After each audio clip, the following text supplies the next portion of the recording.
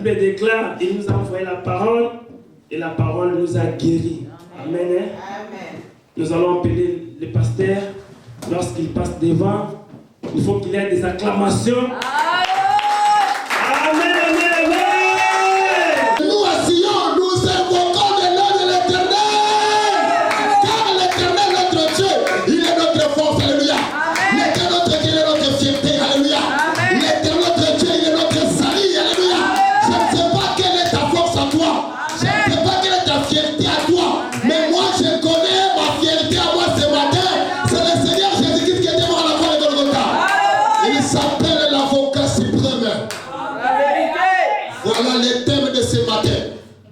Jésus-Christ est notre avocat. Amen. Aujourd'hui dans le monde, si tu as un problème, tu cherches un avocat. Amen. Parce que l'avocat connaît les lois pour te défendre devant les juges. Amen. Mais dans le monde spirituel, comme le physique, ça vient de la spiritualité, parce que c'est la spiritualité qui appelle l'existence du physique. Amen. Or, comme dans le spirituel, c'est ce qui appelle le physique, nous aussi, Jésus-Christ est monté dans la spiritualité pour être notre avocat là-bas. Afin que nous vivons le nid dans le physique. Amen. Ouvrons le Bible. Esther chapitre 7, verset 3 jusqu'à son verset 10. Mais comment Esther était parvenue à être la reine? Bien aimé dans le Seigneur, Esther n'avait ni père, n'avait ni mère. Parce que ses parents étaient morts. Et Esther était restée entre les mains de son oncle qui était Mardochée. Bien aimé dans le Seigneur. Toi, tu peux penser que tu es orphelin des pères ou des mères. Mais sache que tu as Dieu avec toi. Amen. La Bible dit ceci, qu'il est le Dieu des orphelins. Le père des orphelins. Et il est le mari des veuves. Toi, tu peux voir que tu n'as personne qui peut te soutenir, mais Dieu te voit être roi et reine quelque part. C'était de même. Esther, elle voyait que moi, je n'ai personne pour me tenir la main. Moi, orpheline que je suis. Mais la Bible dit ceci, le jour que Esther était devant le roi, le cœur du roi était touché. Et Esther était retenue comme la reine. Quand tu as Jésus, tu as l'esprit supérieur. La Bible dit ceci, la bénédiction de Dieu, elle est accompagnée sans chagrin ni souffrance. Aman a eu dans son cœur la jalousie contre Mardochée et contre le peuple d'Israël. Et Aman cherchait à tuer Mardochée. C'est comme toi tel que tu es là. Beaucoup de gens cherchent ta vie. Beaucoup de gens cherchent à te détruire. Beaucoup de gens cherchent à t'envoyer. Pourquoi? Parce qu'ils te voient que tu crains l'Éternel. Ils te voient que tu t'attaches avec Jésus. C'est pourquoi tu attends des problèmes. Amen. Il y a d'autres personnes, tu ne l'as rien fait. Tu n'as rien fait. Mais ils trahissent pour rien.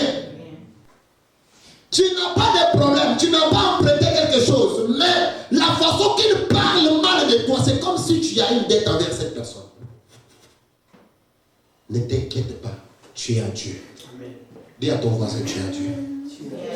Dis-lui encore. Dis-lui encore. Dis-lui encore. Dis-lui encore. Je sais pourquoi je dis ça. Amen.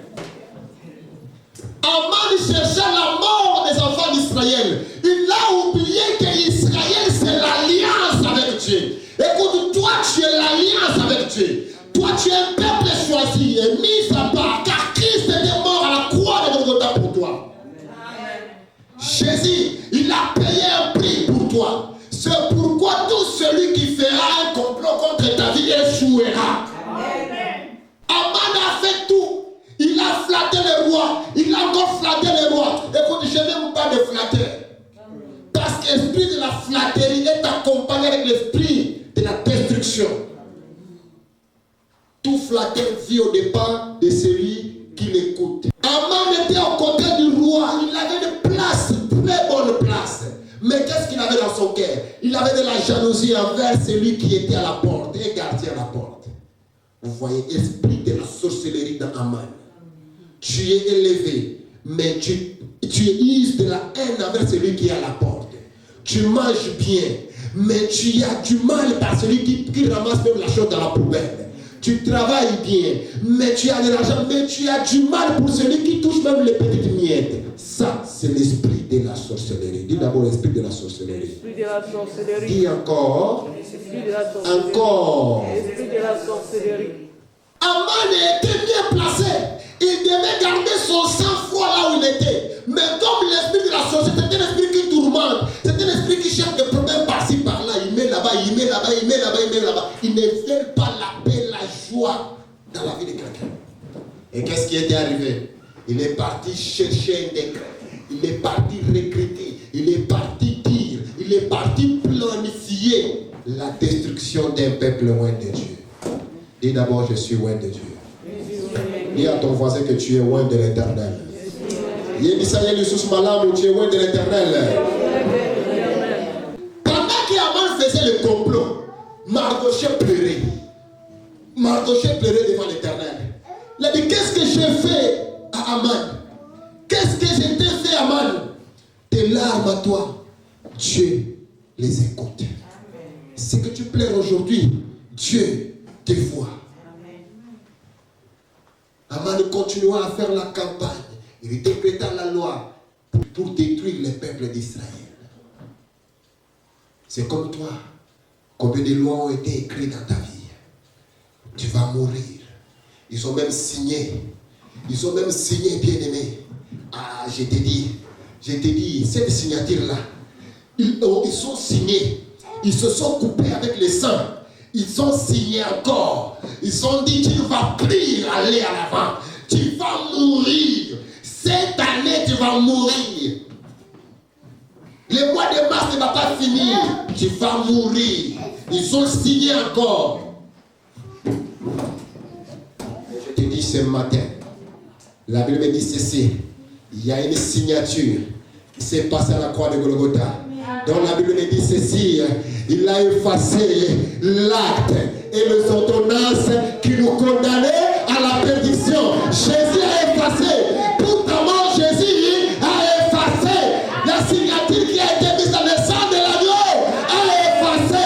La signature qui a été mise là-bas sur ces papiers, sur le contrat de la sorcellerie, Jésus a effacé. Amen. Jésus a effacé. Amen.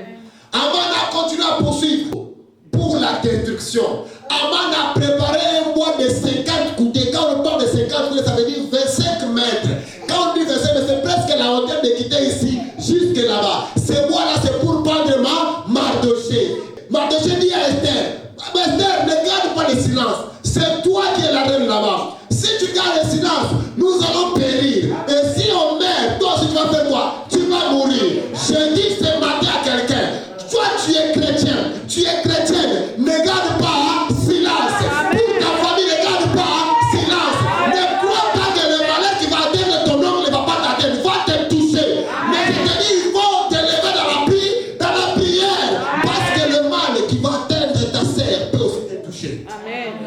Il y a d'autres chrétiens qui disent, parce que moi je suis sauvé, je suis bien, je ne peux pas prier, je ne peux pas intercéder pour la famille. Écoute, s'il y a un problème qui va toucher ta famille, ces problèmes-là te toucheront aussi. Amen. La vérité. Aman dit à Esther, Esther, ne pense pas que les bonnes choses que tu viens de manger là, si aujourd'hui on commence à le tuer, si toi tu seras épargné. Bien aimé dans le Seigneur, ne pense pas que la façon dont tu es en Amérique, tu as de l'argent, tu es dans des fois de paix de l'argent. Écoute, si le malheur arrive dans ta famille, ne pense pas que tu seras épargné. Tu seras la première personne à donner la contribution. Amen. Esther prit la décision. Écoute, une bonne chrétienne, un bon chrétien, c'est celui qui prend la décision sur sa vie. Alléluia. C'est celui qui prend le sérieux dans sa famille. C'est celui qui prend au sérieux l'église de Dieu. Alléluia. Amen. Esther, il dit, personne ne mangera dans cette maison ici. Personne ne va boire. Nous allons faire 3 jours de jeûne et de prière. Et à la fin de 3 jours, Esther fait la fête. Il invita le roi. Et quand le roi était venu, le roi regardait Esther. Le roi dit, Esther a quelque chose pour me dire. Il s'approcha encore. Il dit, Esther, dis-moi qu'est-ce que tu as à me raconter. Bien aimé dans le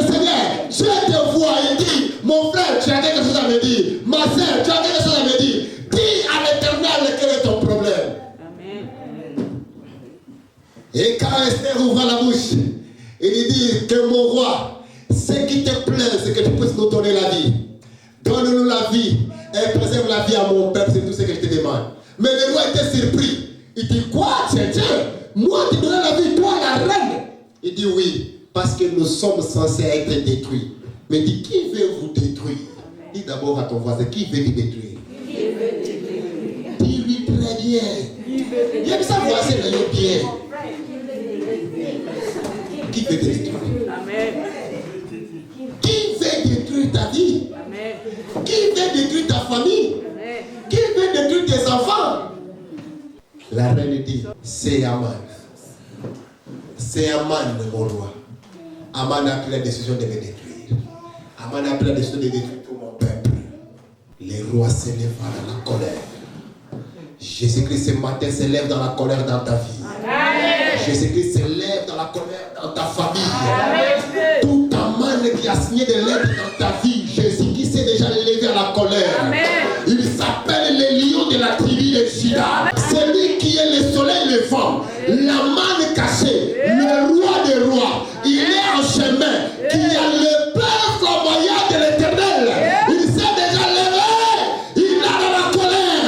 Tout celui qui a signé des prêts contre ta vie, in the mighty name of Jesus. Le Père de l'Éternel commence à marcher ce matin. Amen. Je le reçois. Écoute, celui qui est dans ta disant aujourd'hui, demain il t'implorera le pardon. Amen. Celui qui veut ta mort, demain il implorera ton pardon. Amen. Écoutez, nous avons deux mondes. Le monde de la lumière et le monde du ténèbre. Alléluia. Amen. Il y a la bataille. S'il n'y avait pas de monde, Jésus n'allait pas venir. S'il n'y avait pas de monde, Jésus n'allait pas mourir à la croix de Golgotha. S'il n'y avait pas de monde, tu ne devais pas avoir la maladie que tu as. Regarde la méchanceté des sorciers. Il prend d'abord ton argent, il bloque. Ton mariage, il bloque. Tes enfants, il bloque. Ton intelligence, il bloque. Ta prospérité, il bloque. Même tes chaussures, il bloque. Je vous dis la vérité. Moi, j'ai vu des sorciers en sorcellerie quelqu'un au pied parce qu'il porte très bien les chaussures. Sorcier peut te jeter une maladie et tu ne mangeras pas non plus encore dans ta vie les haricots. Tu manges comme ça haricots la nuit, haricots, le ventre commence à te déranger. Tu commences à te poser des questions. Mais qu'est-ce que j'ai fait aujourd'hui? Mon ventre, parce que je ne l'avais pas donné les haricots. Tu vois la sorcellerie comment est-ce qu'elle est? Tu vois la sorcellerie? Aman dans sa maison, il a déjà un bois de 25 mètres, ce qui veut dire 50 coudées, qu'il veut pendre Mardochée. Mais qui était Mardochée? Mardochée était celui qui avait prononcé un complot envers le roi. Les bienfaits n'ont jamais disparu dans ta vie. Ce que tu fais le bien aujourd'hui ne va jamais disparaître. Dieu écrit cela quelque part. Le roi dit, récupérez-moi cette amande-là, qu'on puisse prendre amande. Et en plus ce complot-là, ça doit être aboli et détruit. Bien-aimé dans le Seigneur, Jésus-Christ est notre avocat. Jésus-Christ, il est là pour parler à notre faveur. Celui qui fait le complot, il y a un avocat au ciel. Celui qui cherche la destruction, il y a un avocat au ciel. Celui qui cherche ta mort, il y a un avocat au ciel. Celui qui cherche ta destruction, il y a un avocat au ciel. Bien-aimé dans le Seigneur, ne t'inquiète pas. La seule chose que tu as à faire, c'est prendre Psaume 91. Commence à lire Psaume. Dis l'Éternel, tu es avec moi. L'Éternel, tu es mon secours. L'Éternel, tu es ma force. Regarde ce qui m'arrive. Regarde ce qui est dans ma famille. J'ai besoin de toi, Éternel. Les amants qui se lèvent dans ta vie, je te dis la vérité, tout tombe creusé contre toi, même il faut s'enterrer là-dedans. Écoute, toute piège qui est de ta vie, même il faut entrer là-dedans. Toute arme forgée contre toi, retourne à l'extrémité. Toute langue qui se lève contre toi, nous la condamnons. Ne t'attaque pas au milieu des gens qui sont impires, qui font la destruction des autres personnes. Quand tu vois les gens te faire un complot pour détruire quelqu'un, il faut quitter cet ami-là. Il faut quitter cet ami-là. Quelqu'un qui a toujours du travail de parler mal des autres, ce n'est pas une bonne personne. Que notre Dieu bénisse sa parole. Au nom de Jésus-Christ.